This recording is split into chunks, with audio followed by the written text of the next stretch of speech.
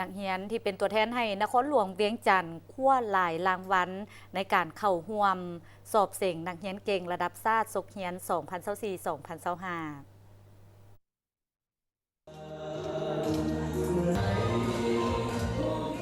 วันที่ 10 เมษายน 2025 กรมสามัญศึกษากระทรวงศึกษาธิการและกีฬาสรุปการสอบเสียงแข่งขันนักเรียนเก่งระดับชาติสั้นมัธยมศึกษา 2024-2025 โดยการเป็นเกียรติเข้าร่วมของรองศาสตราจารย์ปริญญาเอกพุทธสิมบารวงศ์รัฐมนตรีกระทรวงศึกษาธิการและกีฬาท่านบเวียงคำมุกดารารัฐมนตรีกระทรวงเทคโนโลยีและการสื่อสารมีรองรัฐมนตรีหัวหน้าโครงการกรมอธิการบดี สถาบัน ศูนย์ พนักงานวิชาการ ครู อาจารย์ นักเรียนเก่ง และพ่อแม่ผู้ปกครอง ท่านนางนวมคำ จันทบุรีว่าการหัวหน้ากรมสามัญศึกษากล่าวว่า การสอบเสียงนักเรียนเก่งสกเรียน 2024-2025 แม่นเริ่มเปิดการแข่งขันมาตั้งแต่วันที่ 8 เมษายน 2024 ได้คัดเลือกเอานักเรียนมัธยมศึกษาที่เสียงได้อันดับที่ 1 2 ระดับแขวงจำนวน 288 คนหญิง 162 คน ในนั้นสั้นมัธยมศึกษาตอนต้นม .4 จำนวน 144 คนหญิง 92 คน และสั้นมัธยมศึกษาตอนปลายม .7 จำนวน 144 คนหญิง 52 คน ในนั้นสามเณร 5 องค์ พระ 1 องค์รวมเอา22เผ่า 4 กลุ่มภาษา โดยได้สอบเสียง 4 วิชาคือ คณิตศาสตร์ ภาษาลาววรรณคดี ฟิสิกส์ศาสตร์ และเคมีศาสตร์ ผ่านการแข่งขันสั้นมัธยมศึกษาตอนต้นม .4 วิชาภาษาลาววรรณคดีอันดับ 1 แม่นนางสุวรรณคำพิมพ์สอนจากโรงเรียนมศสนพลนครหลวงวิจันทร์อันดับ 2 แม่นนางสุริยาปานมณีจากมศพรสวรรค์แขวงเสียงขวงและอันดับ 3 แม่นนางทิพย์เกษรสยปัญญาจากมศสาธิตแขวงสวรรณเขตวิชาคณิตศาสตร์อันดับ 1 แม่นเท่าเอกสันหมื่นดวงจากมศพรสวรรค์แห่งชาติอันดับ 2 แม่นนางศรีประภัยโอไซจากมต้นปากสันใหม่แขวงบุรีคำไซ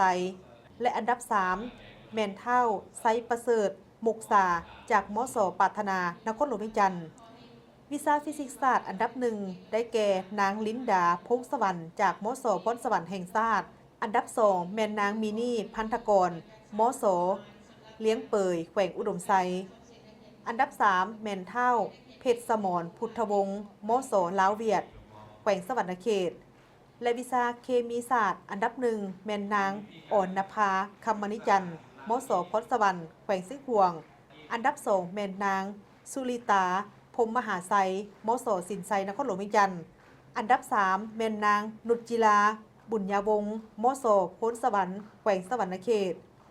ส่วนสั้นมัธยมศึกษาตอนปลายม .7 วิชาภาษาลาววรรณคดีอันดับ 1 ได้แก่เท่าดอลลาร์พรหมวงศามศหอมสวรรค์นครหลวงวิจันทร์อันดับ 2 แม่นนางสุขสมวาทราชวงศ์โรงเรียนพรสวรรค์แขวงบุรีคำไซและอันดับ 3 แม่นนางป่าทองทรายทองมศศรีธานาไซแขวงบุรีคำไซวิชาคณิตศาสตร์อันดับ 1 นางสุขพรรษาพรหมลังสีมศเวียงจันทน์อันดับ 2 แม่นเท่าบงวือจุมามศพรสวรรค์แห่งชาติและอันดับ 3 เป็นนางปวีนาศรีประเสริฐมศหัวเสียวแขวงจำปาสักวิชาฟิสิกส์ศาสตร์อันดับ 1 แม่นนางนีวันนาวาพรหมวงศ์มศปรารถนานครหลวงวิจันทร์อันดับ 2 แม่นนางอาลิสาวงภูทรมศหัวเสียวแขวงจำปาสักและอันดับ 3 แม่นเท่าดาส่วนลือย่างโรงเรียนพรสวรรค์แขวงบุรีคำไซส่วนวิชาเคมีศาสตร์อันดับ 1 ได้แก่เท่า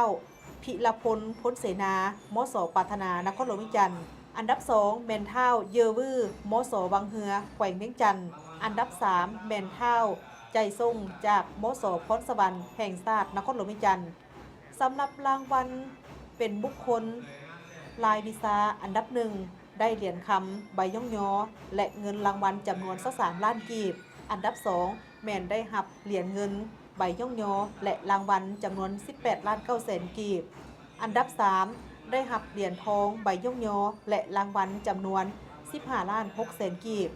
ส่วนผลของการแข่งขันถามตอบวิทยาศาสตร์อันดับ 1 แมนทีมจากนครหลวงวิจันทร์ได้หับชนะเลิศและได้เงินรางวัลจำนวน 11 ล้าน 1 แสนกีบอันดับ 2 แมนทีมที่มาจากแขวงอุดมไซได้หับเงินรางวัลจำนวน 7 ล้าน 8 แสนกีบและอันดับ 3 แมนทีมที่มาจากแขวงจำปาสักได้หับเงินรางวัลจำนวน 4 ล้าน 6 แสนกีบนอกนี้ในพิธีได้มีการมอบหับการสนับสนุนทางภาครัฐเอกชนจำนวน 32 ภาคส่วนรวมมูลค่า1ตื้อ400 ล้านกว่ากีบและเพื่อเป็นการแสดงความสมเสยและผู้บุญคุณทางกระทรวงศึกษาธิการและกีฬา